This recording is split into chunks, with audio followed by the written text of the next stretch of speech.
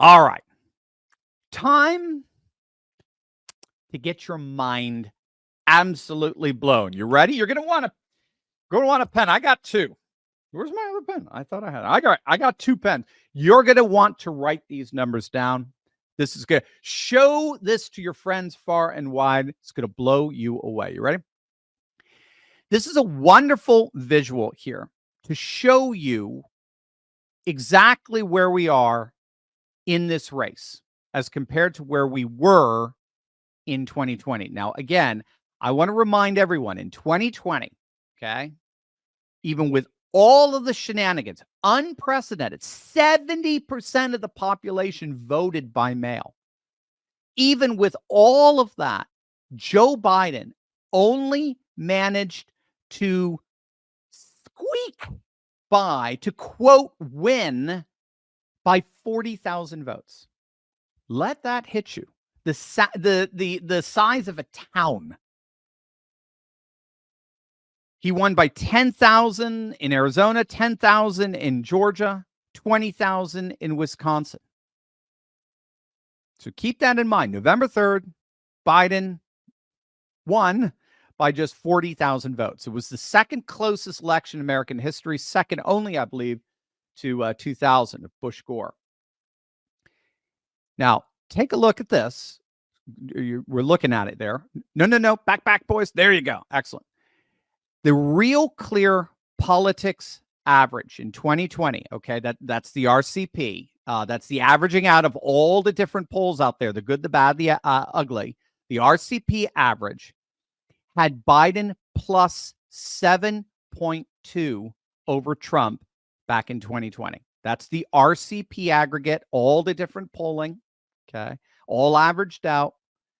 And Biden came out plus 7.2. Harris today, that same RCP average, has a lead of 1.5.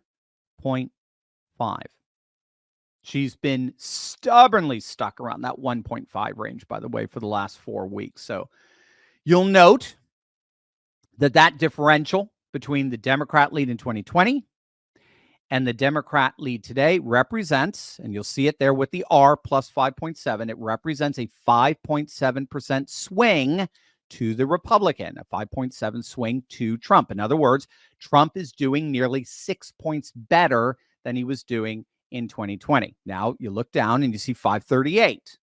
Now 538, if you don't know, they're the most liberal of the polling aggregates, but this is what they had. This is what they gave Biden back in 2020.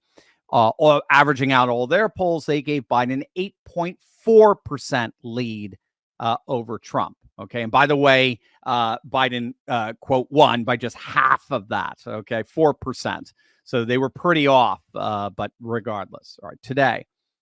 Today, 2024, according to 538, Harris has a 2.8 lead. Once again, what does that represent? Notice a 5.6% swing to Trump. This is why I said you want to write these numbers down. These are fascinating. Almost identical to what the RCP average has in terms of the swing. They both are nearly 6-point swings to Trump. Then we have, and I want to introduce this to you, we have On Point. Now, if you don't know, the polling aggregate On Point has Biden up, or had Biden up 5.3 in 2020. That was within a point of what he won in 2020. Biden, again, quote, won by 4.5. So the On Point polling aggregate came within 0.8 of nailing the 2020 election. They were certainly on point. That's how accurate they were. They were by far the single most accurate of the polling aggregates in 2020. Look at where they have the race today. The single most accurate polling aggregate of 2020 has Trump in the lead. This is, again, with all the polls aggregate. Now, the reason why they have difference, not all of them have the same polls. They'll bring in other polls. That's why this is so important, this exercise. This is literally representing all the polls if we take RCP 538 and On Point, right? So On Point has their own collection of polls that they aggregate. And according to their aggregated polling, Trump's in the lead. And it's not that he's just in the lead. He's got a 2.3% lead. And that represents, according to their numbers, a 7.6%, a near 8-point swing to Trump. Pretty cool. But it gets even better. Now, what you do is you average out those swings to find out the total polling aggregate average with virtually all the polls out there. So you take the 5.7 swing from RCP average, you take the 5.6 swing from 538, you take the 7.6 swing from On Point, and you average it all out. And what do you get? You see it below. You get an average of a 6.3 swing to Trump. 6.3 swing in this election, 2024 from 2020 to 2024. Now, you might want to write that number down, 6.3, because we're going to do a little magic here. Last bit of math. As we said, in 2020, the popular vote was Biden plus 4.5. And so all we do, as you see in this, all we do is adjust that with the 6.3 swing to Trump to get the estimated popular vote for 2024. What I like about this method is it's combining polls with the actual election turnout, right? That's why 2020 is so important there. So what we're basically doing here is we are subtracting Biden's 4.5 from Trump's 6.3. And what do we get? We get a near +2 Trump electorate for 2024. We got the swings. We average out the swings. We get a Trump point plus 6.3. We subtract Biden's swing that he got, as it were, the margin he got, 4.5 from the 6.3, and we get a near +2 Trump electorate for 2024. Trump 1.8, plus 1.8. Now, notice, gang, seriously, take notice. This is so freaking cool. Hey, gang, with everything going on right now, it's hard to say what could happen or what will happen. And to make matters even worse, we usually don't find out until it's too late. But when it comes to your money, you should understand what's at stake.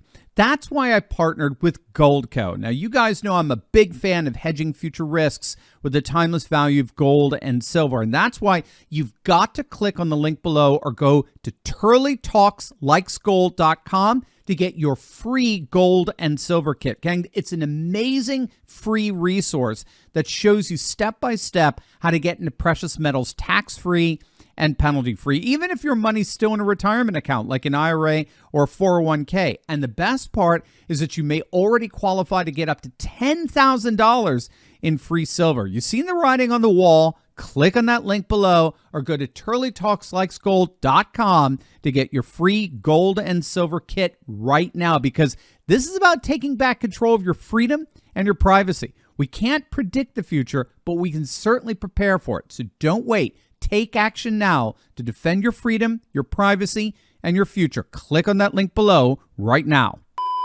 Take a look.